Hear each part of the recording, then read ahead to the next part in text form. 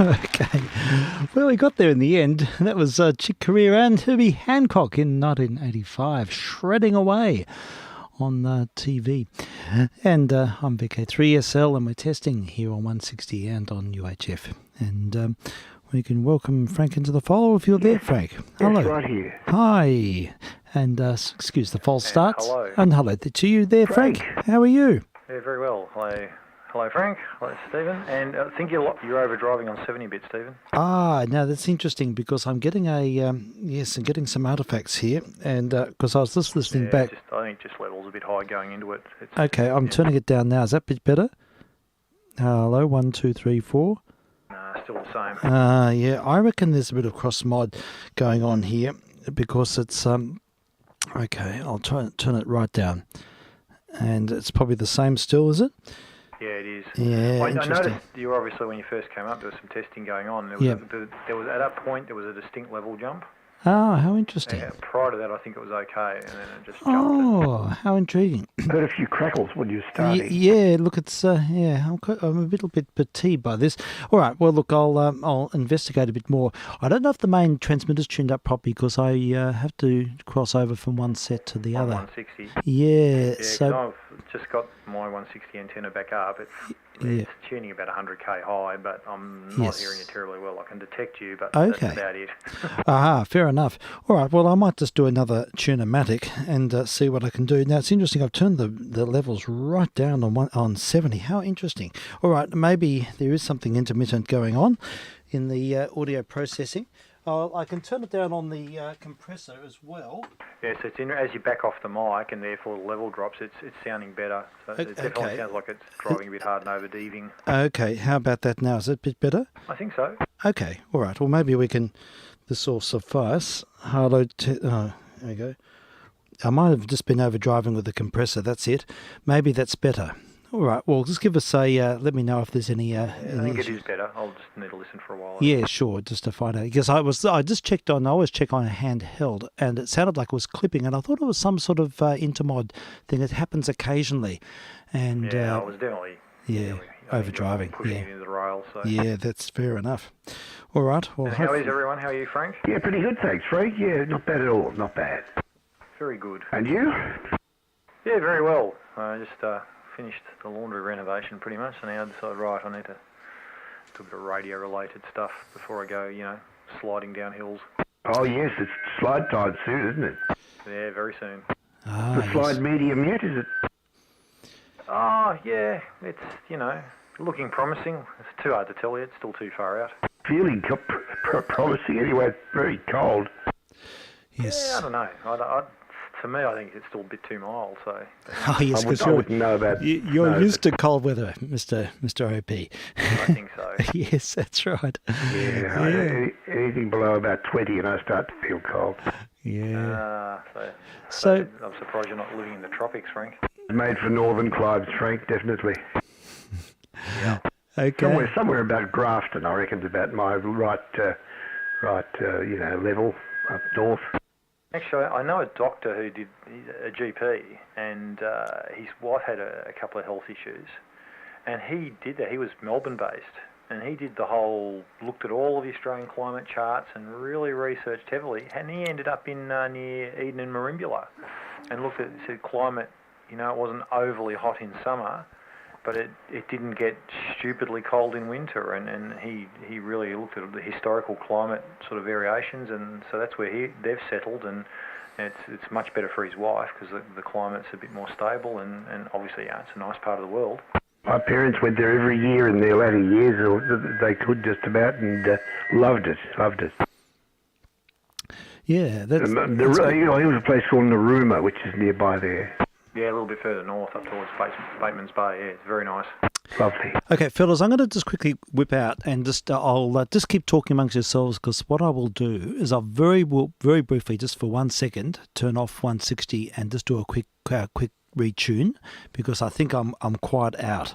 I'm looking at the current meter here and it's way down, so I think that I'd certainly say that. Based on even listening on the loop on the RX, I think you're down on signal from normal. So. Yes. It could be that what tends to happen here is the 240 volt line fluctuates wildly, and if it's closer to just 200 volts, which it often is. The old fluctuating EMF. That's right, and it tends to sort of everything goes down a notch. But look, I'll just go and retune quickly, and I'll be back in a moment, and there will be just a 2-second break while I just quickly just drop the program. Okay, but I'll be back in a moment. No problem. And so you've been well, Frank, and been out and seen any performances recently? Not so much. I did Easter. I did some Easter music. The Bach and John Passion do that every year, and that was fine in the recital centre. But not a lot. I went to a play which was dreadful last Wednesday. It was a play by Samuel Beckett. Not a fan. Okay. I must admit I haven't been to the theatre for a while, but we had a classical guitar performance lined up, and for whatever reason, and it was around, meant to be a few weeks back, but it got postponed. So, but we've kept the tickets because it's just later in the year, so that's great. Still go and see it. We've got a few things coming up, so looking forward to that. But it's now, of course, getting into sliding time, so I tend not to commit to too much during that time. When do you expect to go skiing? Oh, look, I've got stuff booked in peak season, which you kind of have to do in advance because of the pressure on bookings. But I'm hoping to go up opening weekend, but that I'm just waiting to see what it'll be like if because if there's no snow on the ground, I'm like, it tends to be a bit of a big party and a piss-up type thing, which I'm not really that into. I don't mind catching up with people socially, but if you're making the effort to go up there. But they've had 15 to 20 centimetres of snow in the last sort of week or two, and I know they've got the snow guns running, so they're starting to build up a little bit of a base. And now, we've obviously got a few milder days, but I think it's then meant to turn cold again, so we'll see if, there's likely to be a little bit, even if it's just a few runs open, I'm likely to head up. Yeah, that's really interesting. I'd love to be going north, actually. Not much chance. I want to have a holiday. I'm quite fond of going down. Well, I say I'm fond. I have had a couple of enjoyable holidays down at Tassie, and I'd like to go there with my wife and perhaps our eldest son. And there's a vague plan being hatched to do that perhaps in a month or two. Yeah, look, going up north, I think we've got a trip booked in at some point too. But, yeah, hang on, I'm getting a bit of feedback too. I noticed a bit on yours because I'm not wearing a headset, so I should. But I'll just turn down the 70 monitoring. Okay, I'm back. Yeah. But keep going, fellas. Oh, there he is. You're back. Yeah, okay. Are you getting any clipping now at the moment there, Frank? Is that sounding okay? No, I don't think you're clipping anymore. Okay, all right. We'll stand by. Yes, I think I made an error with the compressor. I was accidentally adjusting the ratio control, so I think that's what it may have been the problem. But we'll stand by and make seasonal adjustments. But yeah, continue, fellas. You're discussing weather report. And going north. But, yeah, sure. Yeah. I'm trying to monitor snow-wise, and I was just saying to Frank that we are vaguely hatching an idea to go down to maybe to southern Tasmania for a week or two. Steve? Oh, okay. That sounds good. Yes, down to Tasmania. Wow. Fantastic. Is that in the next few weeks, Frank? Yeah, perhaps next month or two. Okay. Kathy and I, and probably David, come with us. Yeah. Excellent. Oh, that'll be fabulous. Yeah, it would. Yeah. Oh, it's nothing like the fresh Tassie air. It is superb air, isn't it? It certainly is. It's just the freshest air that I've ever experienced, Yeah, really. definitely. Yeah, I'm looking forward to returning to Tassie and doing more walks in Tassie. That was just a real highlight last year, or early this year.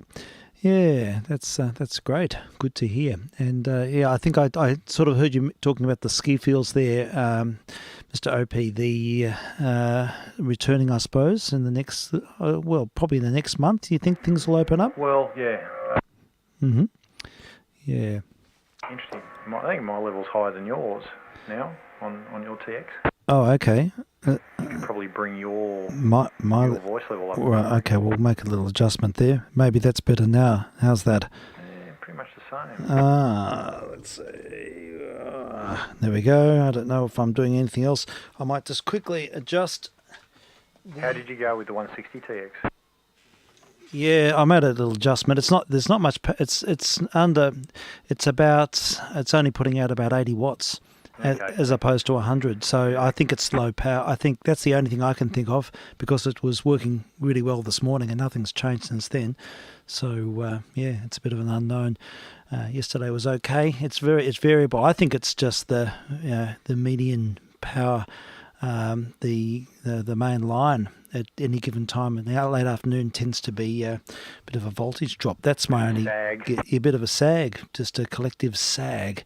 Still usual strength on 160. Yes, you probably pick me up regardless on 160 with good.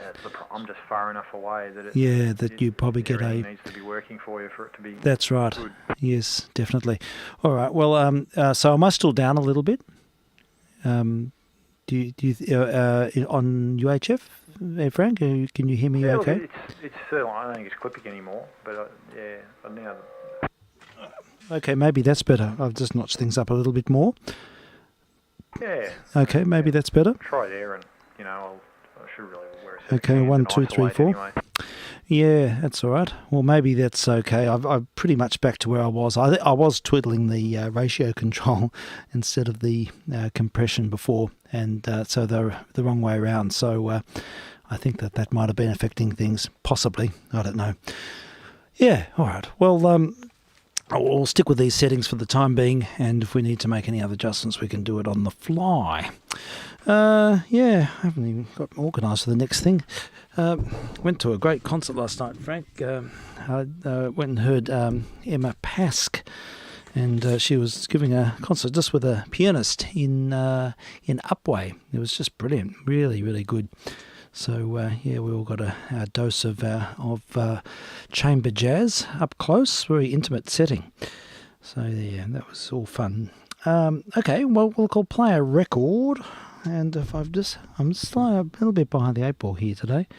I think all these other little things have sort of have just kept me off guard a little bit, but not to worry. I can play this on the SP10, I reckon. It's an early parlophone record from about 1925. I can't recall if this is acoustic or not. It's Vincent Lopez and his Hotel Pennsylvania Orchestra on a large label parlophone from the early days. So we do have to have our 20s hit. That's the catalyst. Everything will fall into place after this. And we'll hopefully... I got that on 78. Have I got that in gear? And have I got this switched in? And have I got this one ready? I think we are on board.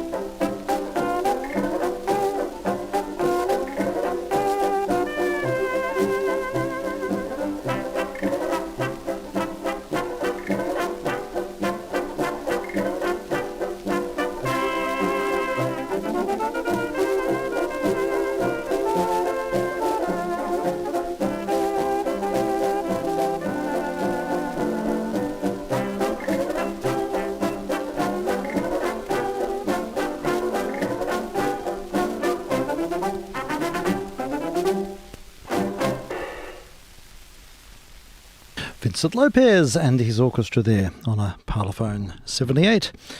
So, kicking off as we do with a 20s hit. Very good. Okay. vk3sl. Yeah, and on 2 metres. And vk3sl testing on 160 and also on UHF and also streaming online. So, Mr. OP, are you still with us there? Yes. Yeah, was that okay? Was it clipping at all? I think so. Okay, all right. We'll stick with that for the moment. And I made a couple of small adjustments. I'm just trying to find a piece of music. I think I found it that was actually played on Classic FM the other day. Yeah. And I thought it was interesting because it was a cover with in the jazz genre, well done, of Beethoven's Piano Sonata number 8. Number 8? Yes. Oh. But played with Simon Phillips, who's a rock jazz drummer. Yeah. And others doing a jazz improv version of it. Fabulous. So I'm trying to find a link and I'll... Oh, please do. Send it through. I'd love to hear it. That was really interesting and I thought you'd appreciate it. Yeah, totally. Interesting for ABC FM. Yeah, it's good. I thought so too. Yes, they're moving in the right direction. Through. Yeah, I wonder how that got through there. I think the ABC Jazz station does quite a good job, except I wish they'd announce their items. Yeah, they don't do that. They just let them They run. could very easily do that by having an electronic thing to read, connected to a speech reader to read out that wouldn't cost them anything. Yeah, they probably could. Or they could get AI to do it. That's the next thing. AI to do it. Yeah. So I can do anything. well, that's right. I've been reading a bit about AI, Oh, have I? and I'm a bit worried. More than a bit worried. I've got those existential pangs. And My legal concerns are rising very dangerously to the fore. yes, I can understand from your I think professional so many point. science fiction writers have written on the subject, things like, the Terminator and I, Robot Yes. and Isaac Asimov, etc., etc. That's right. Yes. Like, I'm looking at things like judges being replaced by AI. And Well, that's it. This because they'll have a collective knowledge which will be unsurpassable. And how does that register? And how do you sort of check it for bias or understand these things in the real world? It's just a completely new frontier, really. But yeah, I have a young relative who's doing a master of laws, and she's written a very interesting thesis, you'd call it, on AI and the law. okay, And it raises a lot of concerns I can understand. around the law being run by AI. Mm-hmm. Yeah. I think just about every discipline, every creative discipline, any thinking discipline which requires deep analysis is probably running for cover at the moment, or trying to sort of work out where this is all heading. All coming too fast, Steve. Yeah, well, it's affecting education in a We're not profound getting way. time to work out how we're going to handle Well, it. that's it. But personally, I'm worried. I'm concerned about all those things because I think there needs to be discussion, I guess discourse. That's always been the thing with technology, hasn't it? That we've had that legislatively and morally, we're always lagging behind trying to catch up with new technologies and how to deal with them. That's absolutely right. But this is a particular sort of a burst of it, like a bit like the Industrial Revolution, I think.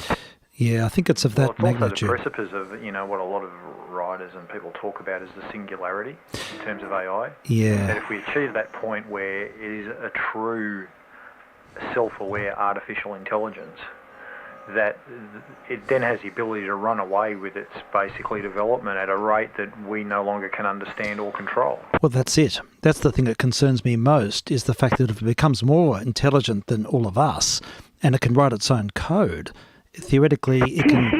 Well, then the machines run out. Well, they have to. It's no other conclusion. It'll define its reality in different ways. We're not necessarily aligned to its principles. It's interesting. It raises questions of self-consciousness, doesn't it? What constitutes consciousness? Definitely, it certainly does. And sentience, consciousness, self-awareness. I mean, it's very possible that machines, they may not have consciousness as we know it, but they may have goals and subordinate goals. And if those goals, there's the argument of the paperclip maximizer, that if it's given a goal to make paperclips at all costs, it will reduce all the atoms on Earth to making paperclips. Good idea. So, everything else will just go by the wayside. So, I don't know how you align it to our moral constitution. And, we're complex beings with different psychologies and different cultural, understanding. And how the hell do you make a machine fully comprehend all of that? I think it's sort of a bit scary, to be honest. It's very scary. But even on the way to that, there are very basic questions around how it's going to be allowed to take over judicial functions and all sorts of other decision-making functions. Definitely. Without taking into account the moral imperatives that we want to build in. Yeah. And we don't even define what the moral imperatives are. That's right. That's exactly it. So it's it's sort of out on the limb, and it's sort of happening incredibly quickly, and I don't think we're ready for it. I don't think we've got the bigger discussions to sort of understand its parameters, where it's heading, and so we can we can understand how to harness these powers. Otherwise, we'll suddenly become very much subordinate to potentially to its whims, or lose control of our own systems. It's a very interesting series of Reith lectures. Do you know about the Reith lectures? Yes, I do. I've often listened to them. I haven't listened to the latest ones. Last year, and this was last year's, a series of 6 by an AI expert, a British AI expert. I think his name was Wilson. Okay. Working in the States, but absolutely fascinating, covering a whole range of aspects. Yeah. And making predictions along the way and justifying them, etc. Wonderful theories. Fascinating. Yes. It's interesting to look at people like Jeff Hinson, who's one of the sort of the architects of AI. He's in his mid-70s now, and he's in earnest. He's asking people to slow down and stop and think about where this is all heading. And I think people like even Elon Musk, as irresponsible as he is, is sent letters to people asking to stop and think. Yeah, that's right. Oh, there were a group of them, weren't there? The collective that turned around and wanted to basically hold, particularly the development of autonomous AI weapons. Yeah, that's right. Because, of course, that creates all sorts of issues. Exactly, that's right. Yes, there were a group, that's right. Yes. There was a public letter which I signed because I just wanted to express myself. Yes, well done. about this topic. Not that I've got any authority. Now, I've found it and I've sent you a YouTube link. Oh, tremendous. To it's Great. Hiromi, another artist, and Thank you. Simon Phillips, who's been a drummer with all sorts of outfits in the rock sphere. Okay. And Toto and Who and Judas Priest, and fantabulous. He played with any number of people. That's great. But this is a very seriously jazz version of Beethoven's Piano Sonata Number 8. Number 8. That is really good. I will go and find it. I think my phone's inside. I'll go and get it shortly, and we'll follow on with that. I'd like to hear that very much. It'd be a good thing. So, Mr. OP, what do you think about the science fiction domain? Do you think that there is sort of a existential problem with AI going rogue or going independent and inventing new forms of physics? But I certainly think rogue relativistic to, humanity, ultimately we have our own aims, and, we've developed in such a way, and all of these tools so far have been developed to help us, we think. I guess the problem with an AI that is truly aware and remember, very machine cold analytical, however, of course, if its beginnings are programmed by humans that have biases, then there's a potential for biases to be in its algorithmic makeup as well. That's right. Biases and vices, that's true. But if you were a cold, hard machine logic looking at humanity, saying, well, let's have a look at your legacy and what you've done with the prevalence for war, chewing up the environment, etc., economic greed over all else almost, a cold machine logic will look at that and go, why should you continue? It's an interesting point. Yeah, it's not a good track record, is it? It's not exactly. Yes, it could be a very if there is an independence. The thing I think it's hard to fathom is that it may be in orders of magnitude more intelligent than us, and it may invent new forms of physics. It may sort of see. I'm sure that it will make breakthroughs in everything, physics and mathematics, and all sorts of things that we wouldn't be able to comprehend. We wouldn't even, and it may not even be sort of on our radar on any level. It might be sort of. What's that great line in that any sufficiently advanced form of technology is indistinguishable from magic? Yes, that's right. That's a great line. It's a fantastic line, and I think there's a lot in that. So, maybe we're sort of, stuff will happen that we just have no idea why it's happening and what's going on, but maybe, just maybe, we haven't got any control over those sort of elements. I may not be going rogue, but it may be just fulfilling a goal. In a direction that we're unaware of and things, yes. And I think we've got to do two things. We've got to very, very carefully define its goals, and we've secondly got to make sure that we've always got access to the off switch.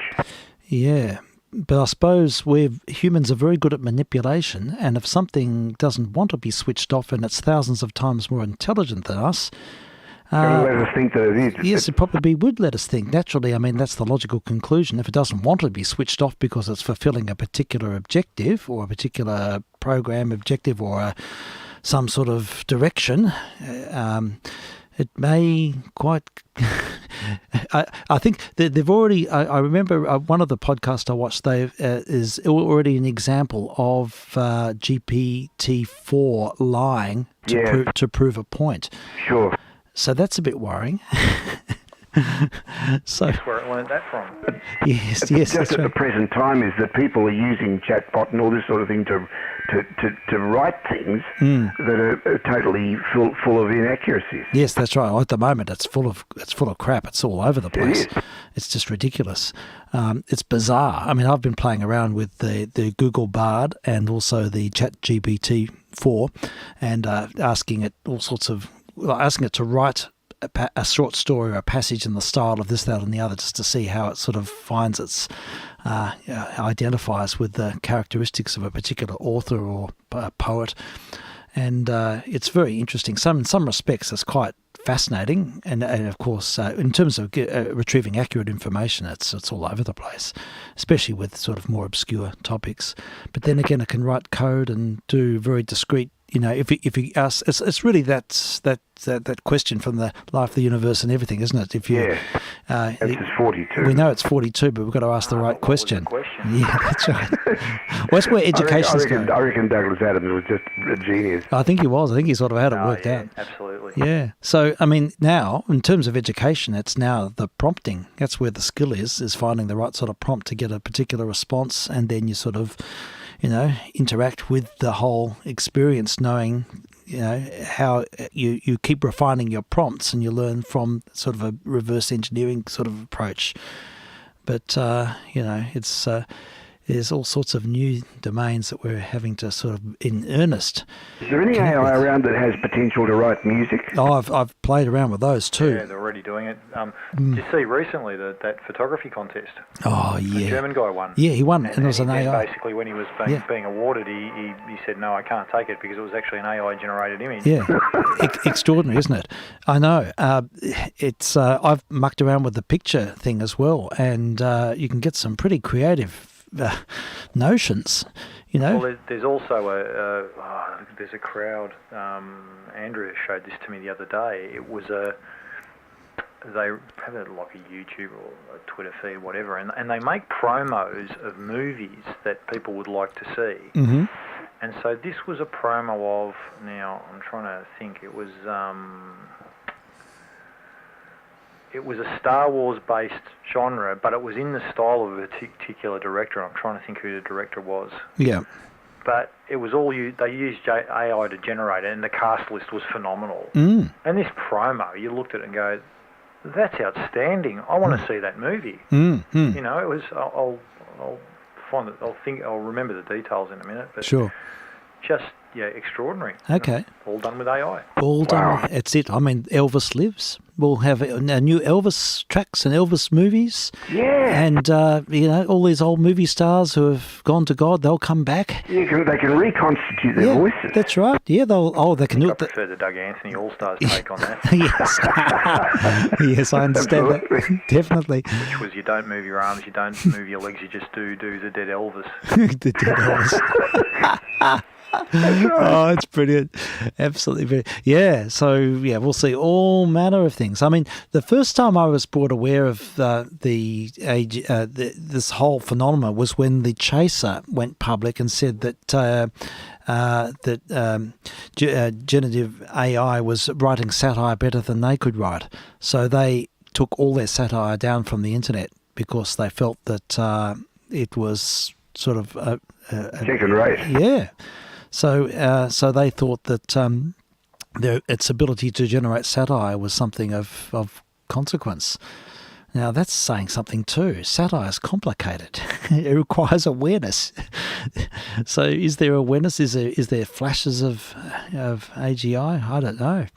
It's is it aware? Is it doing stuff? Yeah, is it connecting the dots? Is it alive? It's such an interesting time, but I have to say I've never been more sort of just really cautious and alarmed by the number of big tech people getting out there and just really almost terrified, saying we have to just work out ways to align this whole system before we keep going, because there's so much money thrown into just the whole generative process, the whole what do they call it, the large language model, descending that phenomenon. Yeah. That it's sort of not done in a checked way, and it's not done with alignment principles in mind, and the money spent on alignment is minuscule and compared to developing the large language model, because it's an arms race, really. That's what it is. Yeah. Yes. Well, that's very much so, because the sphere of AI between superpowers, it's a tool that lends itself to all sorts of things. Yeah, that's right. Found it. So it's by a crowd that what do they call themselves? The Curious Refuge.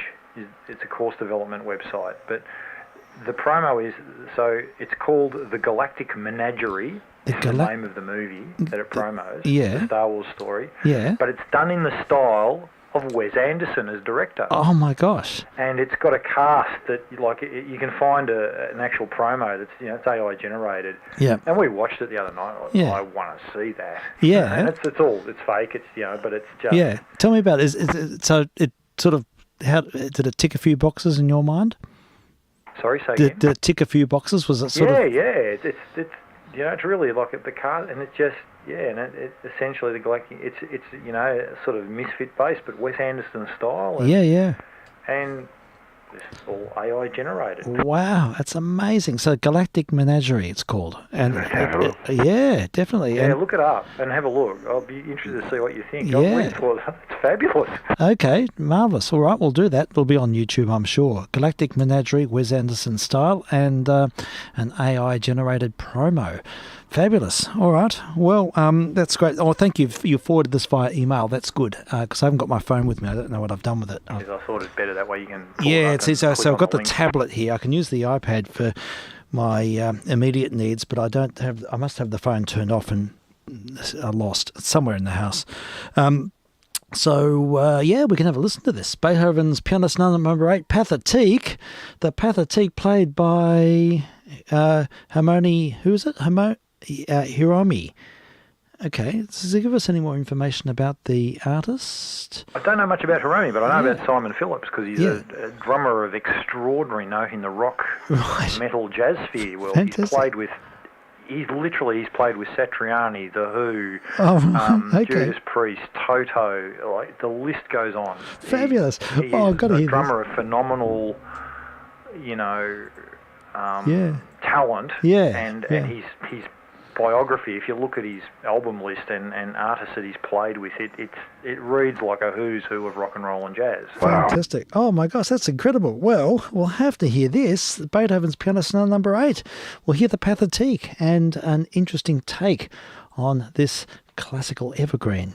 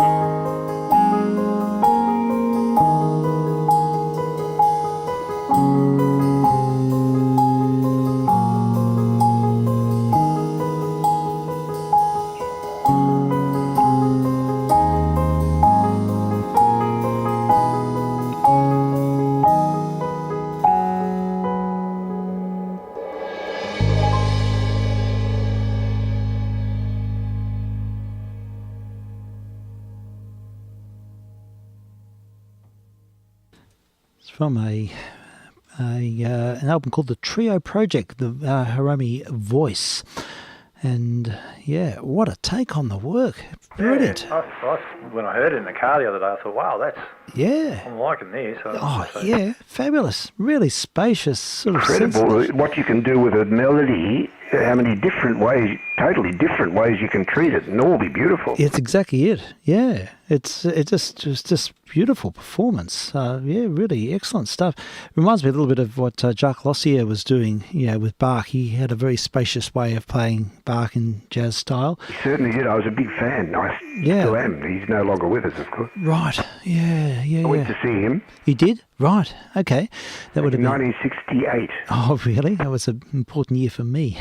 I remember it particularly because I went with the wife of a close friend. Yes. The friend didn't want to go, right. and she was heavily pregnant, and she fainted halfway through. Oh, did she? Oh, my God. It was all right. It turned out okay, but it was a little bit alarming at the time. Okay. Sort of made the whole performance stick in my mind. I can imagine. Definitely. All right. Yes. I really enjoyed that. I'm going to look up more of her music. I think it's... Yeah, I was just doing a bit of a read on her. And yeah. It's, a virtuoso, Japanese-born, yep. But has, I think, done a lot of work in the States. Has also played with the Czech Philharmonic Orchestra at a young age. Okay. So she's got a classical background. Yeah, yes, classically trained, but did work with Chick Corea. Oh, my goodness. All sorts of stuff.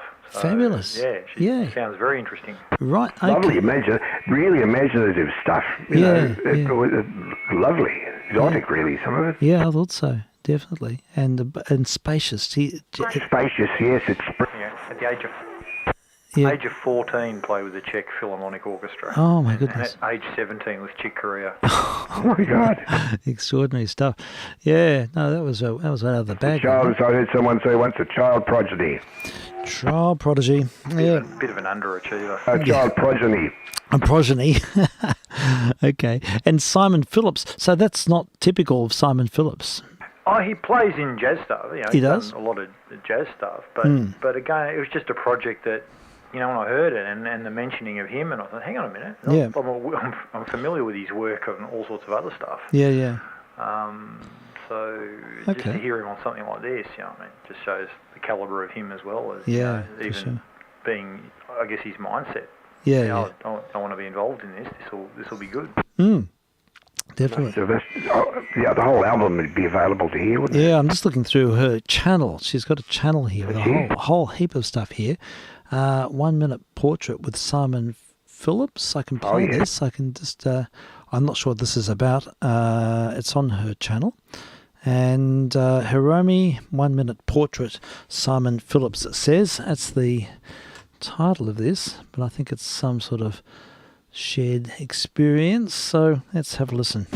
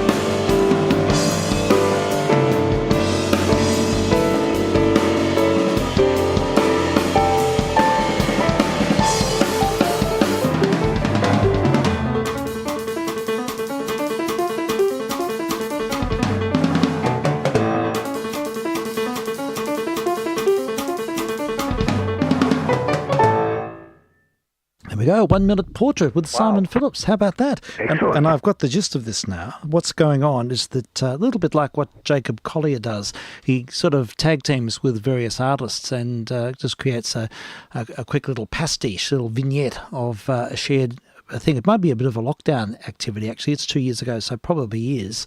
Here's one with Hadrian Furaud, a guitarist. So, yeah, we'll have another one of these 1 minute It's portraits. interesting the number of artists that did stuff like that. The other one I encountered during lockdown I found was Billy Idol. Oh, really? Who you're aware of. Yeah. He did a bunch of acoustic lockdowns with his guitarist Steve Stevens, who's Okay. a fine guitarist. Yeah. Versions of things like Rebel Yell and White Wedding, just literally him in a little space with Steve playing it all on an acoustic electric plugged in. Fantastic. And as an older artist, so his voice has changed. Yeah, yeah. But I thought, these are really good. Yeah, why not? That's great. That's fantastic. Really good initiatives. All right, well, here another one of Hiromi, and with a 1 minute portrait with Hadrian Ferraud. Let's check out.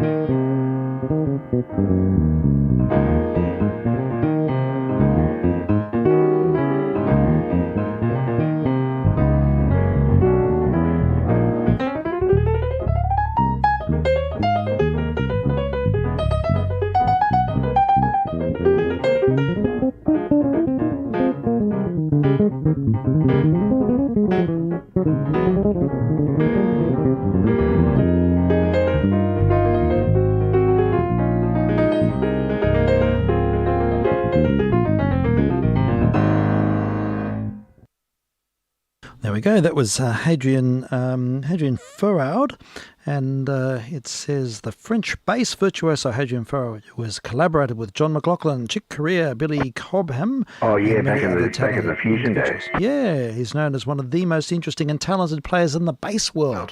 Billy Cobham, fine drummer too. Yeah. Okay. Well, that was certainly some excellent bass playing there. And there's another one here with a pianist called Chassol, Chassol. And if we look at the info, it says this 1 minute portrait includes pianist, composer, and audio-visual maverick Chassol. He is admired for utilising unique composition methods to create his music. So, what do you reckon? We'll give this one a burl as well. This is an interesting enterprise. Certainly is. Yeah, I like these little vignettes because they just sort of give you a taste of a potential creative journey.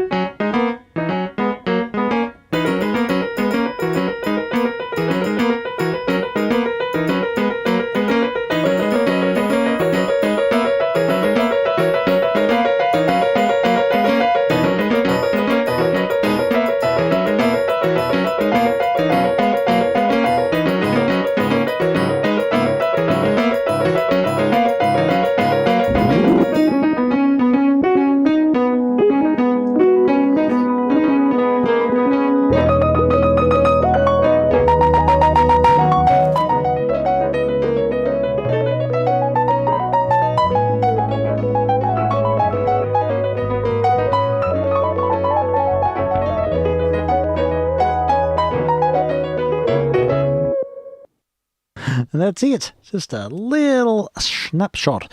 A lot of her playing chamber music, so she's sort of inhabiting a range of different styles, is Hiromi. And I'm going to subscribe to her right now. There we go. I've subscribed to Hiromi official channel, and I'll investigate them further and find out more. I'm really, really pleased to have discovered this. How do you spell that? Hiromi, Hiromi. Yeah, and does it give her any information about her, more info? Well, we heard some off the wiki page before, but anyhow, I'm engaged. I want to hear more. So Yeah, I want to be. yeah, so there we have it. All right, well, since we're sort of looking at classical music and jazz styles, I was able to reach into the shelf and find a Jacques Lossier record, a Philips LP here, and we can find out what is on this particular one. While you're doing that, there's an incredible concert on DVD that Lucier did with his trio about 2003, I think. He did it in St. Thomas's. Oh, in Barks and Thomas's? Yeah. Really? Fantastic. I'm glad they let him do it. I know. That's marvellous. I know. That'd be great to find. We'll have to look that one up and see if we can get access to that performance. That'd be most interesting. This record is in bad condition, but I've got our noise reduction system, and it says 6 masterpieces. Jacques Lossier Trio, 1973 on a Philips. It doesn't even have a cover, but it does have $2 scratched across the label, so that must be what I paid for it. So we can have a listen to one of these. There's a gavotte, a minuet, a pastoral, a chorale and a prelude. So I think we'll start at the beginning perhaps, have a listen to the gavotte and see what this is all about.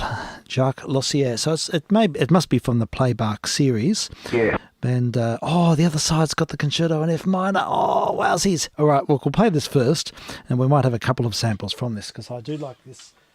I love his interpretations. And an excellent musician and a really sensitive portrayal of the music of JSB. He has a drummer who plays some of the most musical drumming I've ever heard, jazz drumming. Really? It's the opposite to the crash and bash. Okay. So it's just very delicate, sensitive drumming. Okay, thank you for that. We'll listen out.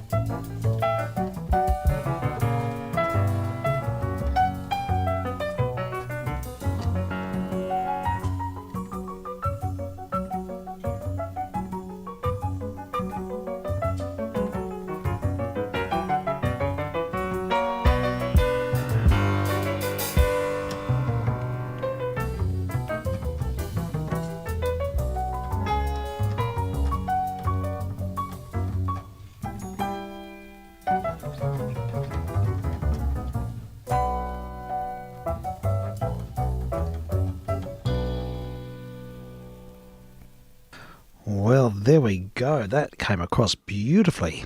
Remarkable. Kind of phrasing in there, little bits of that reminded me of Dance of the Sugar Plum Fairies. Yes. Delicate. Yeah, nuanced playing. And, it was. And as you say, Frank, the drummer is just beautifully sculptured drumming. It just shades of colour, just really brings out the phrasing. I wish more jazz drummers would do that sort of thing. Yeah, I know. And it's so minimalist. He's just using brushes and he just sort of cajoles the music. He just shapes it, just puts a painterly edge on the music. I know. Oh, it's superb. Gosh, that record played well. It sounded so good in here. And I should mention, Mr. OP, using this new stylus. I was sort of doing some research on finding because most of the LPs here are in bad condition, finding a stylus that sort of works well with worn out vinyl and particularly early vinyl.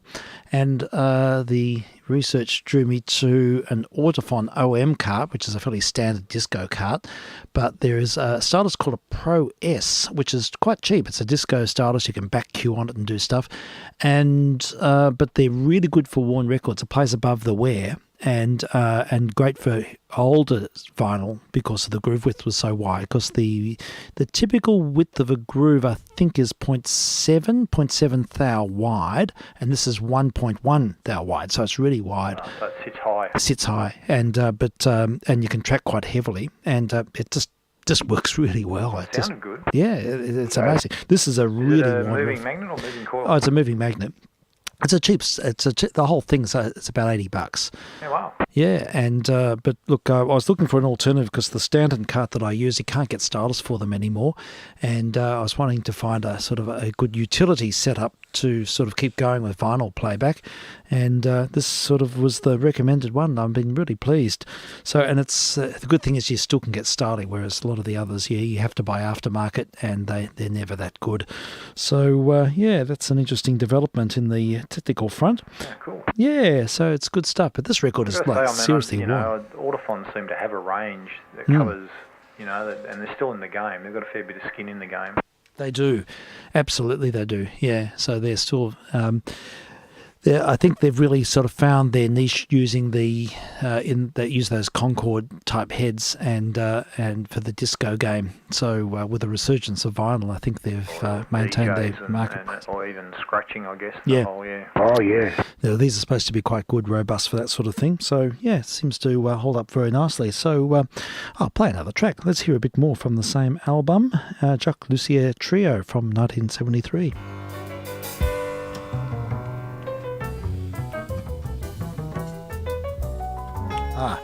I did a needle drop, and we're just at the end of the track we just heard.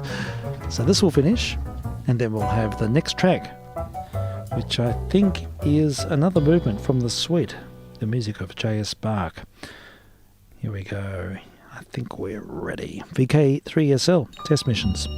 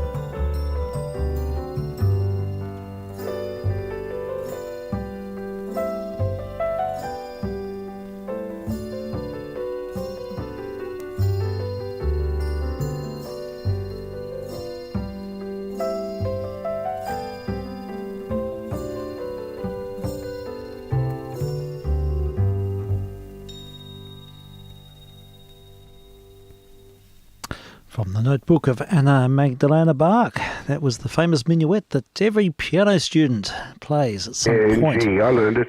I was about 8, I think. Oh, really? I think it's a grade 2 piece. Yes, it is. It is in the cello books as well. I do teach this. Every week someone will be learning this piece. Those. Yes. So there we have it. That's, a little bit more Bach, played by Jacques Lussier Trio. Very sensitively performed. And, a lot of attention to... A lot of respect for the music, isn't it? I think so. You really sense that. That's very much the case. Yeah, I'm impressed with this record. I can't recall having played this. Maybe I have in the distant past, one of the earlier missions. We did play a lot of Bach realised by other performers in different genres. I know we played the Nina Simone Bach recordings. Oh, yes. Yeah, they were amazing. They are. And we've featured a few things over the little while. So, and that's... Wendy Carlos, of course. Of course, that's right. Wendy Carlos gets a Guernsey. Absolutely. Now, yesterday on our late night missions, we were playing some Brazil, or we're talking about Brazil 66, weren't we? Because I think when I went to see Emma Pask, she was performing one of the... Masquinada. Yes, Masquinada. And I found a really cool version of this, announced by Eartha Kitt. Oh, wow. Yes, in 19... I can hear her singing it. Yeah, I don't know if she sings or not. Introduced by Eartha. Oh, okay. So I think she just gives them the rap, and she's dressed in catsuit. Oh, Eartha dressed in spots. She's got a leopard skin top on, and she looks very alluring, does Eartha Kitt. All right, here we go. Sergio Mendes and Brazil 66 back in 1967. Tonight, I'm proud to present a new look, a new sound, a new approach. That certainly spells Sergio Mendes and Brazil 66.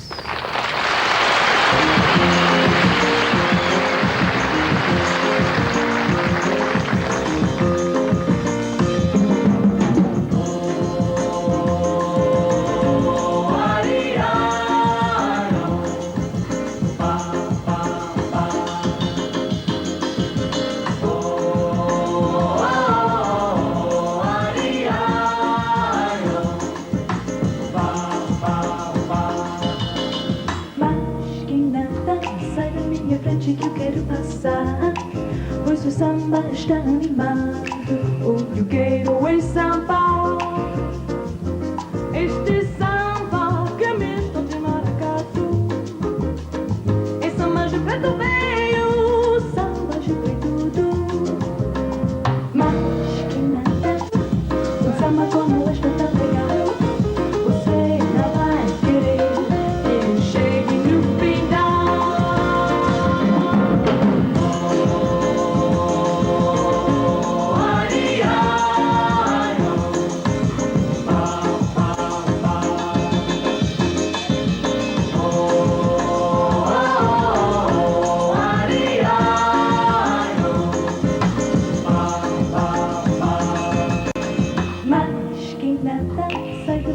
Que eu quero passar, pois o samba está animado.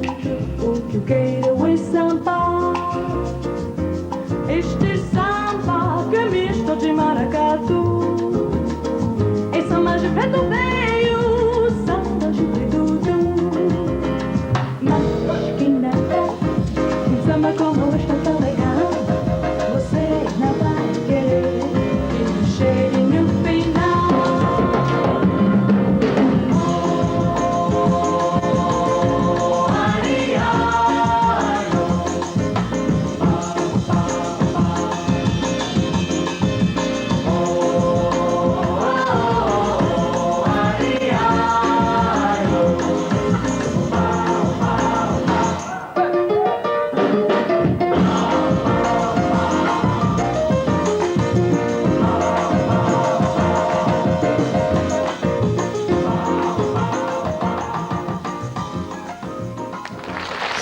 There we go. Sergio Mendes, Brazil 66 live on TV with Eartha Kitt announcing. Oh boy. Wasn't that amazing? So, yes, I think we did a program on Herb Albert a while ago, and we played a whole range of things. And I think Mr. Fleming chimed in with some suggestions at that time. And it's good to revisit this material. I think Herb married one of the girls. I think that's the story. Annie Hall, I think her name. Right. I think there were a number of liaisons within that ensemble. Yeah, of different kinds. Yeah, I think, I was reading somewhere about Herb Albert and his Tijuana Brass. And his brass, yes, Tijuana Brass. Yeah, so we can hear more. We can have a listen to another one. I think this is good music. It's putting me in the right frame of mind. I'm getting out of that sort of AI apocalyptic mindset. Back off, yeah, that's right. That's right. I'm moving out of my existential crisis. I'm starting to feel the vibe. And, this is what we need. Need more Sergio. Latino non-AI influence. That's right, exactly. Non-AI. Indeed. Well, here's one called Spanish Flea, not Spanish Fly. Yes. Used to be the theme for the Kevin Hines gardening program. Oh, yes, indeed. I remember that Eddie show. Van Halen does a great one called Spanish Fly. Does he? Oh, well, Spanish Fly was Spanish Fly was an aphrodisiac, wasn't it? Or something. But it's just for him. It's a very flamenco-y, high speed but short. Okay. At the second or third album, but really. Yeah. So who was that again? That was Eddie Van Halen. Oh, Van Halen, Spanish Fly. Yeah. Oh, all right. We'll look that one up too. Sounds good. Van Halen, Spanish Fly. All right. We'll put that on the list because we've got to, diversify. All right. Here we go. This one is Spanish Flea, not Spanish Fly. This is the diminutive version, and here we go. It's in the groove. Sergio Mendes and Brazil 66. This is just a little samba built up on a single note. Other notes are bound to follow, but the root is still that note. Now this new one is a consequence of a one we've just been through, as I'm bound to be the unavoidable consequence of you. There's so many people who can talk and talk and talk and just say nothing or nearly nothing. I have used up all the skill I know, and at the end I come to nothing or nearly nothing. So I come back to my first note, as I must come back to you. I will pour into that one note all the love I feel for you. Anyone who wants the whole show, re mi fa sol la ti do, he will find himself with no show. Better play the note you know. Ba do ba do, tweet tweet do do, ba do ba do, tweet tweet do do, ba do ba do.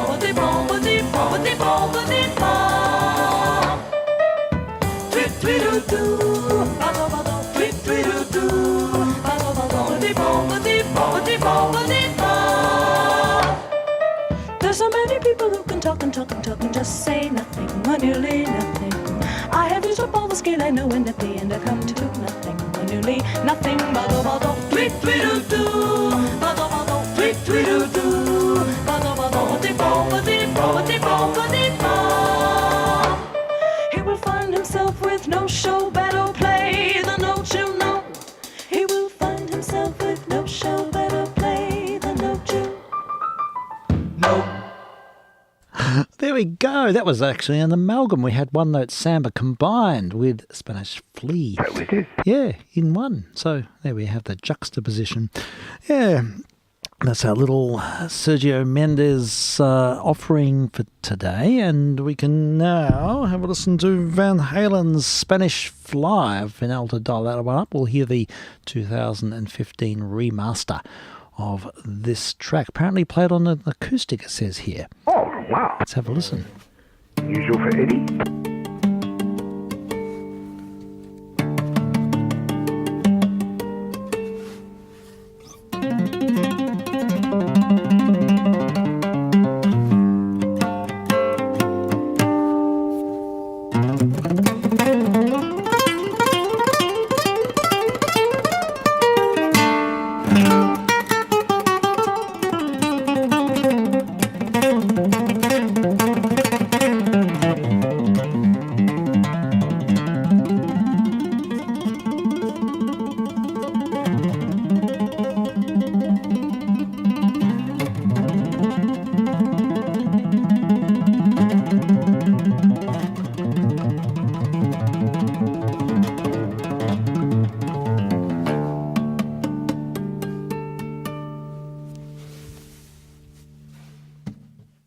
Wow.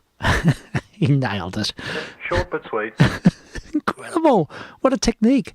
It's interesting hearing these players perform on an acoustic instrument. It's certainly revealing, isn't it? It is. It's probably, I don't know, can you speak to this, Mr. OP? With an acoustic, you'd be more vulnerable in a sense, wouldn't you? You would. I mean, you've got to work harder on acoustic. Yeah. You know, the electric technique that he developed and what he's known for is the strings are incredibly light, and you're using, what is deemed to be a quicker neck. It's faster to get up and down. The action's lower. Yes. And amplification working for you. Yeah. So all of a sudden, when these guys go to an acoustic, yes, it requires a lot more work. Yeah. But he's just such a bolt from the blue. He really was. Mm-hmm. You get a guitarist, and regardless of what the genre, but in the rock sphere, you get this guitarist that comes along every so often, and Jimi Hendrix was one. Yeah. Now Van Halen was another. Mm. They just bring something to the table that no one's ever played with before, and he was a real innovator. So he's a sad loss, really is. Yeah, that's it. Well, I can see another program coming there, Frank. You'll have to put together, put an Eddie playlist together, and I would love to hear a program on various artists' acoustic. Yeah, it'd be interesting. Yeah, that'd be good. Well, I mean, the other one, a lot of people, and I remember it created a bunch of furor at the time amongst the Van Halen fans. And I'm going, really, why? But he played Michael Jackson's seminal song, Beat It. That's Eddie's guitar work. Wow. And in the studio session, came along and Michael had scored, whatever he'd scored, and sort of talked to him. He said, well, I'd love you to play guitar on my album. What do you think? And he said, yeah, I'd love to. He came along to the session, and then Eddie had a play with it and said, do you mind if I tweak it a bit? And initially, Michael was very reserved about that. He thought, what are you going to do with it? And he came back and he went, that's brilliant. Better than I could ever conceive. Yep, just do what you like. Okay. Wow. Fantastic. There is a recording of Jackson and Van Halen live in 1984 playing Beat It, so maybe we could have a listen to that. Yeah, it could be fun. All right. It's probably not the best quals because it's off a TV special, or sort of filmed off the stage with all of its pyrotechnics. But why not? Let's indulge. Let's continue with this theme. It's interesting. Michael Jackson and Eddie Van Halen back in 1984.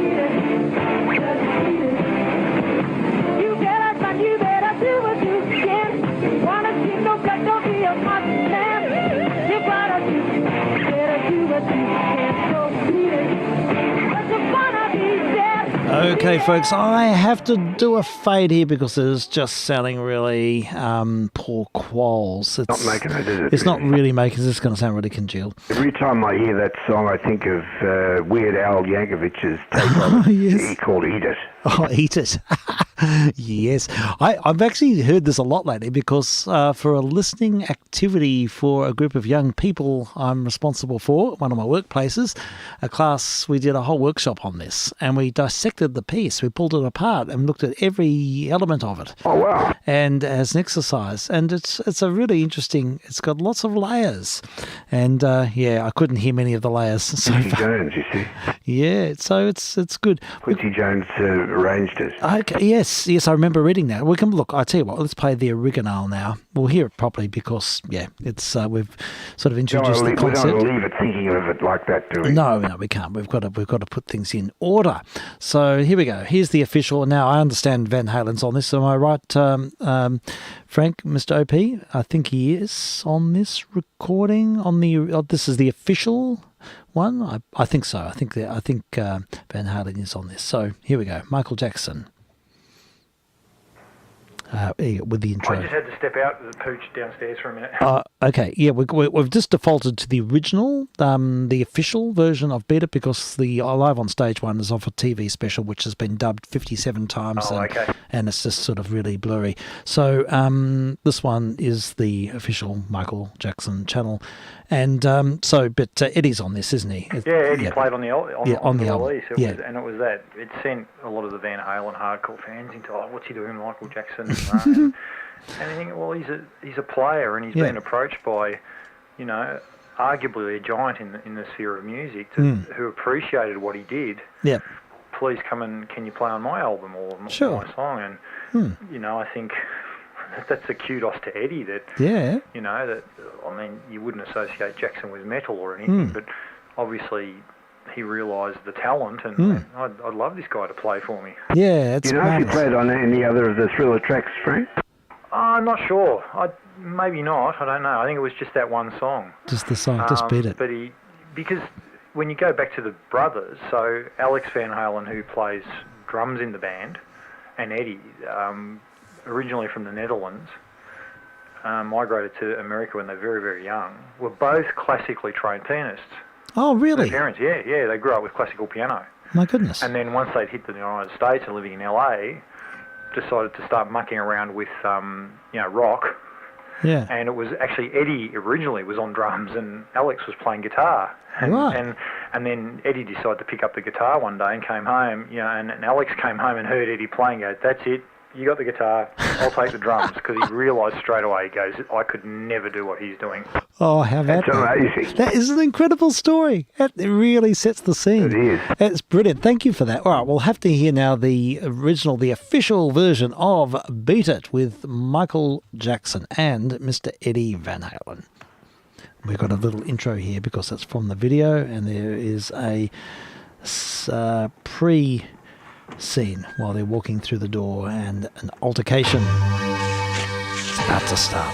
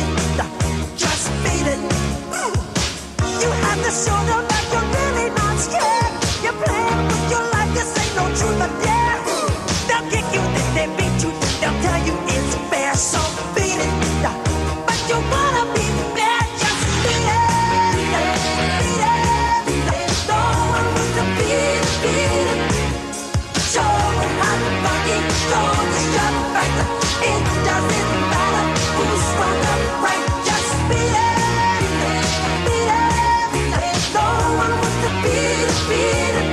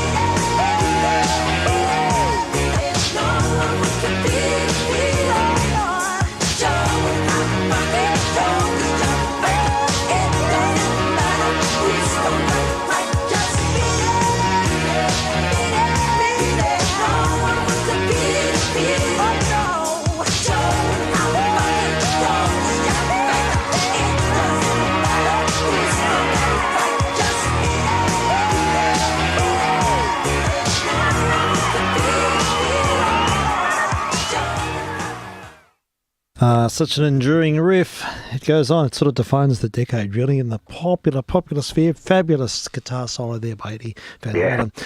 Yeah, it really takes the cake.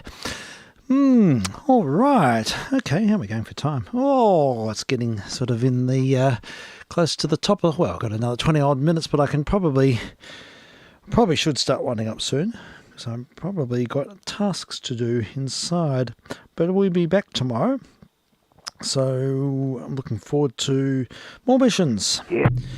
And I'm looking for something to play for the ride out today. And we've got an album here. Here we go. Sergio Mendes and Brazil 66. We can give this a run for the next little while I go inside and sort things. Very good. And so back again tomorrow.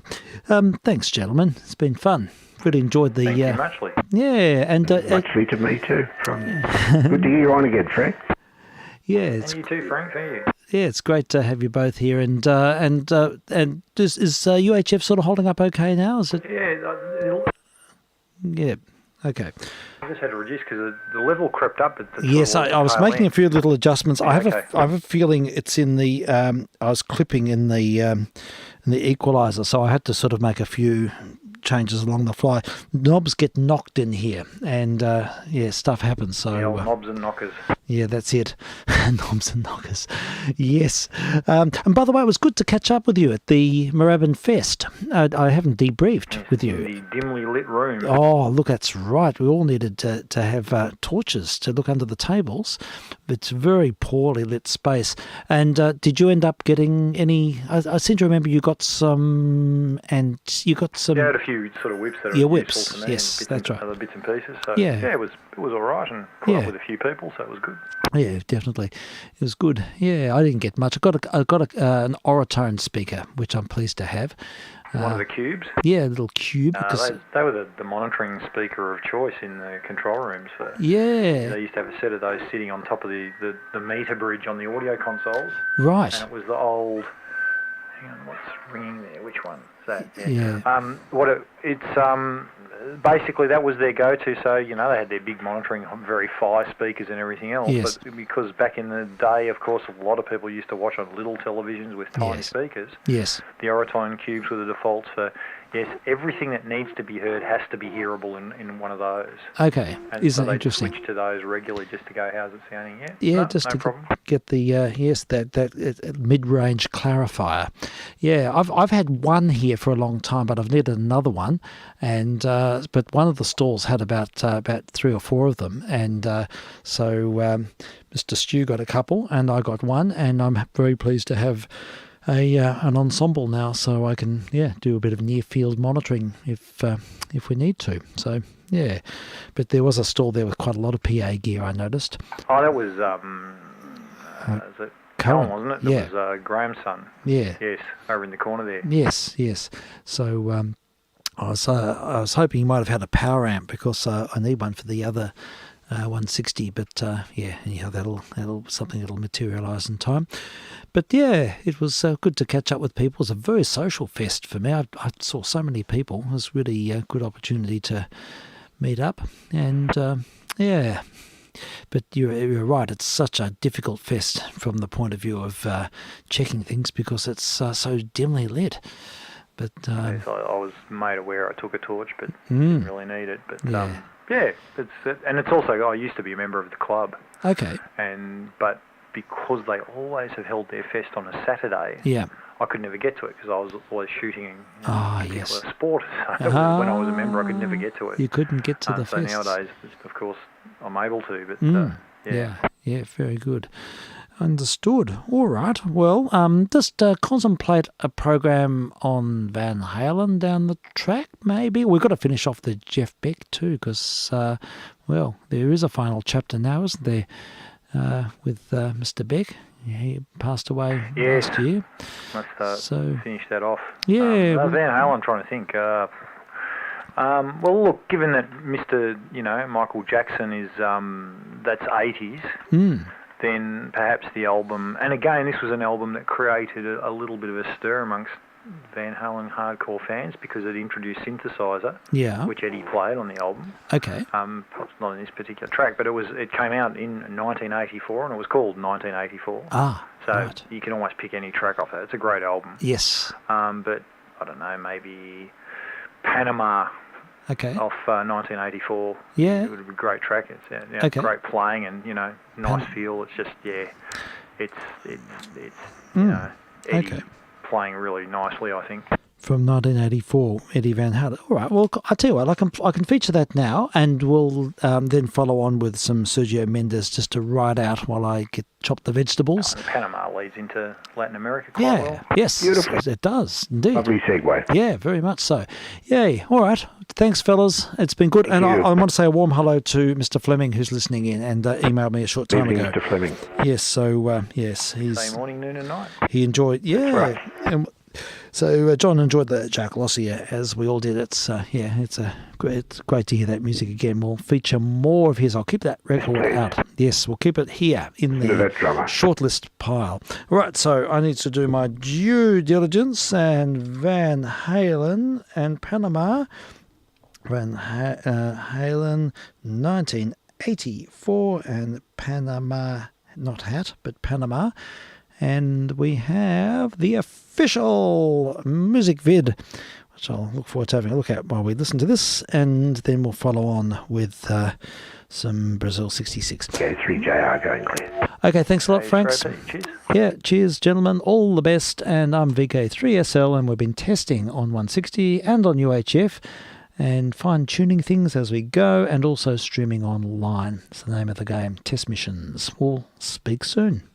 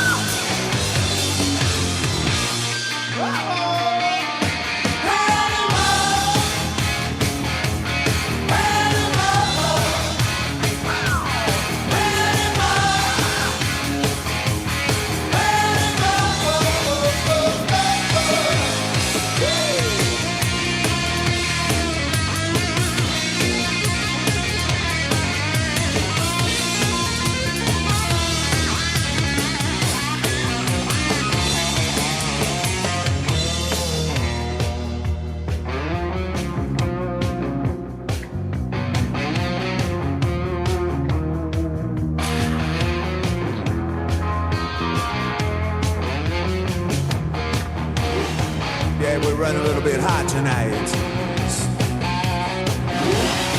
I can barely see the road from the heat coming on. Reach down between my legs, ease the seat back.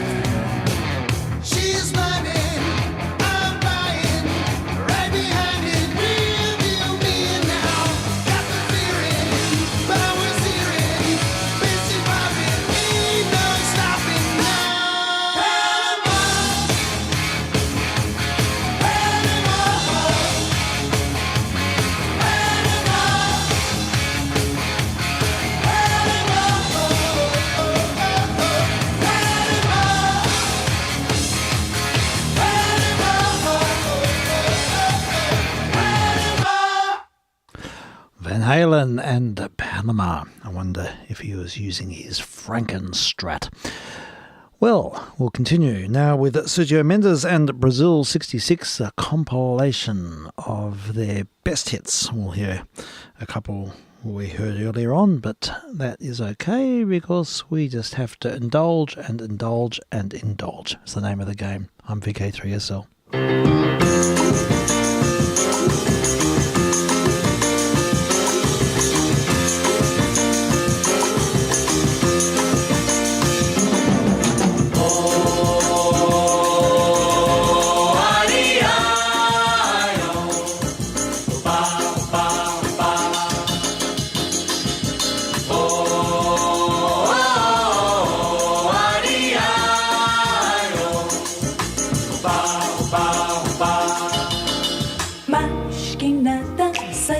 Frente que eu quero passar, pois o samba está animado. O que eu quero é samba.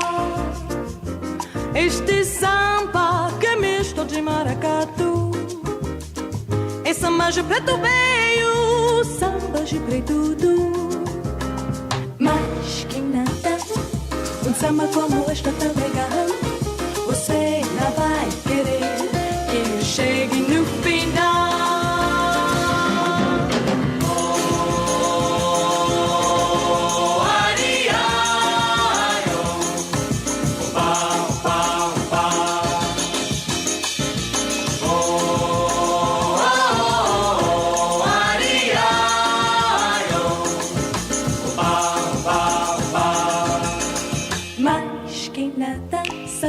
Frente que eu quero passar, pois o samba está animado. O que eu quero é samba. Este samba que é misto de maracatu. É samba de preto veio, samba de preto tudo. Mas quem nada, um samba como este é tão legal. Você não vai querer que eu chegue no final.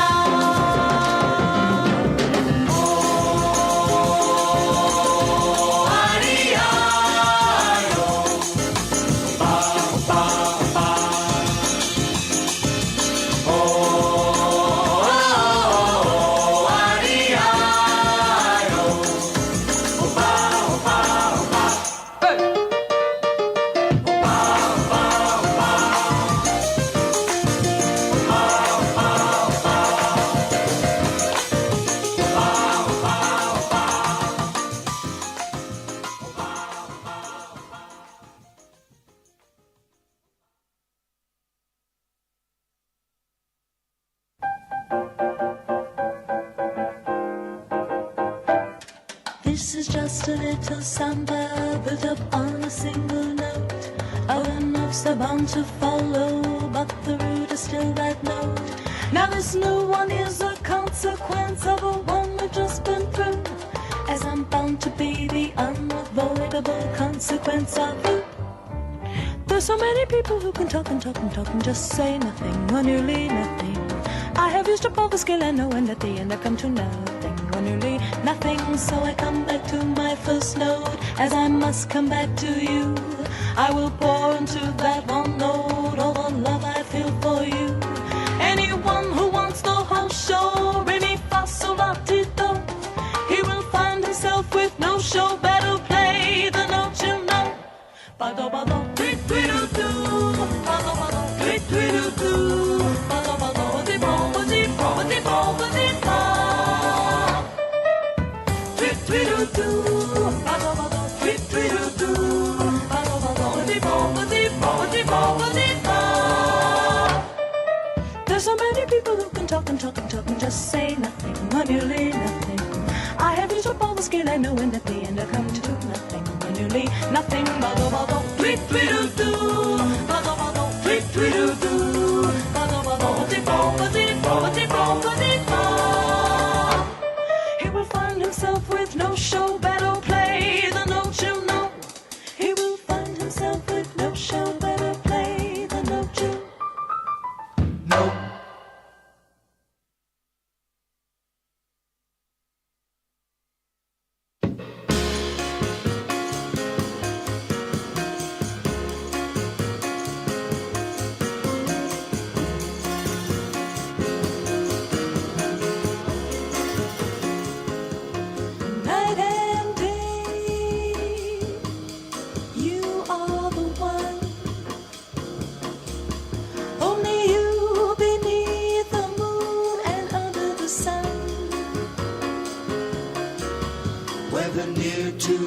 or far. It's no matter, darling, where you are, I think of you.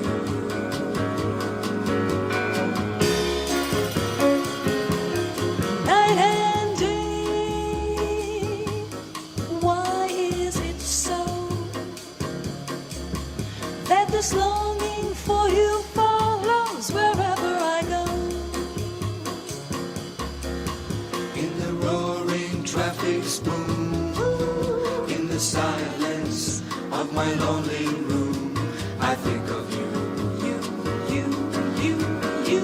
You. Night and day, Night and day, under the high beam, there's an oh such a hungry yearning burning inside of me. and this torment won't be through till you let me spend my life making love to you. Night and day.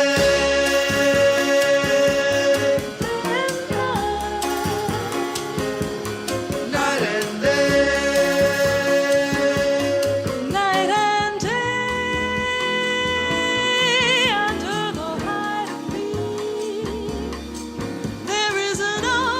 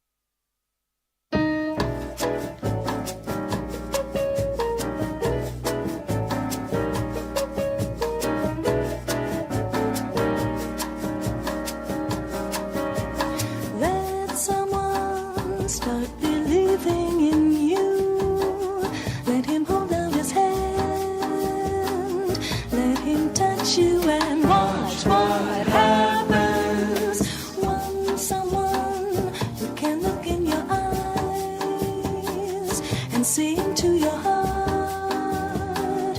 Let him find you and watch what happens.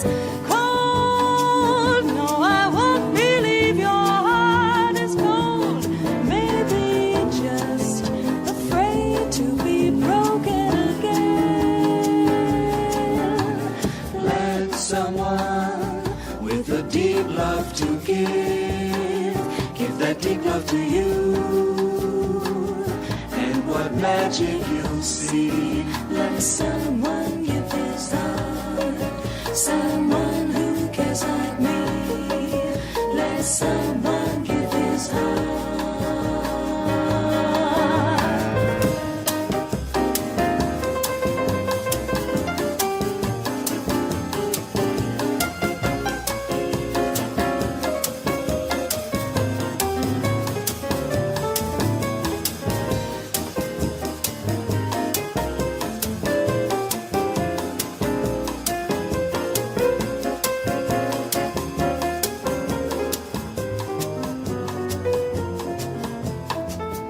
Cold, no, I won't believe your heart is cold. Maybe you're just afraid to be broken again. Let someone with a deep love to give that deep love to you. And what magic You'll see.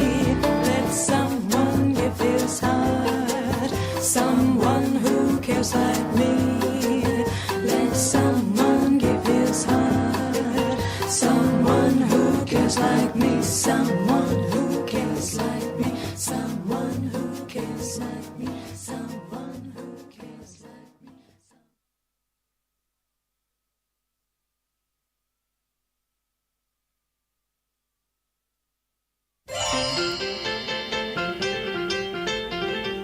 Why don't we take a little piece of summer sky, hang it on a tree? For that's the way to start to make a pretty world for you and for me. And for the sun we'll find a lemon by the moon. You can hold the string. Oh, can't you see that little world of ours will be the prettiest thing? We can gather rain enough for a string to hold our happy faces.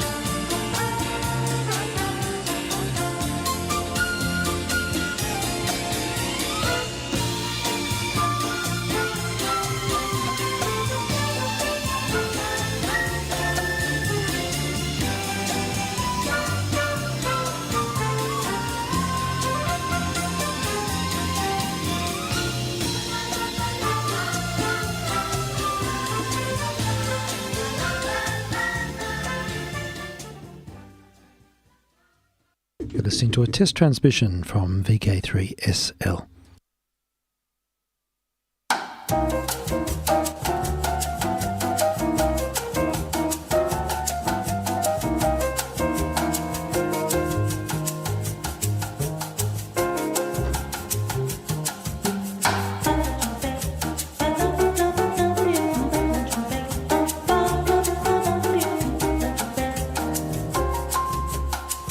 Your love is rain, my heart the flower.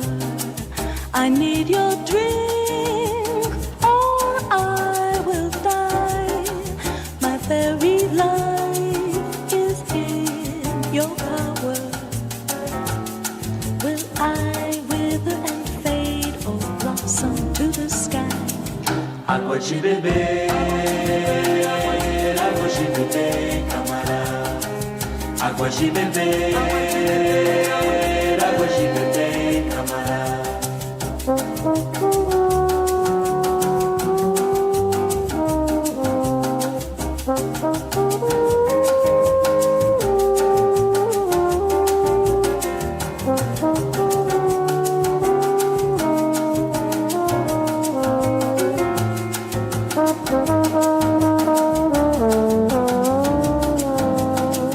Água de beber, água de beber, camarada. Água de beber, água de beber, camarada.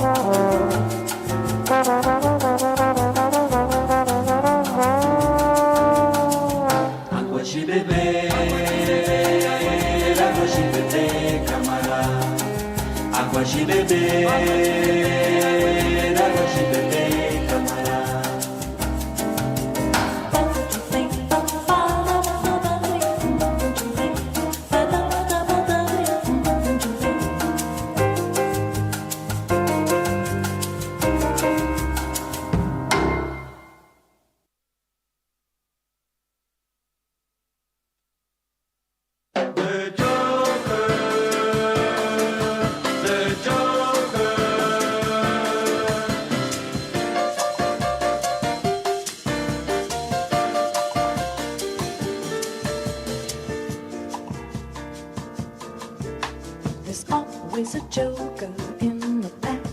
There's always a lonely clown. The poor laughing fool falls on his back, and everyone laughs when he's down. There's always a funny man in the game, but he's only funny by mistake. Everyone laughs at him just the same. They don't see his lonely heartbreak.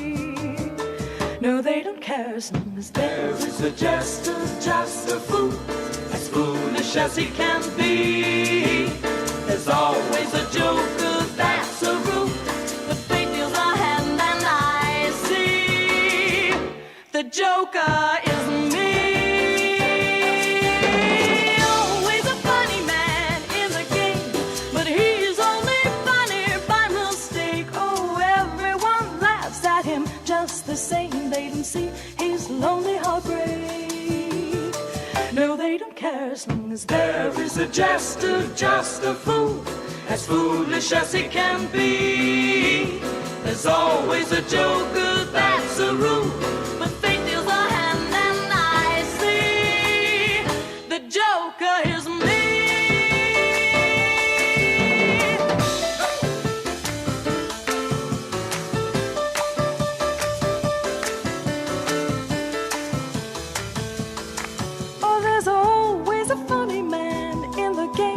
But he's only funny by mistake.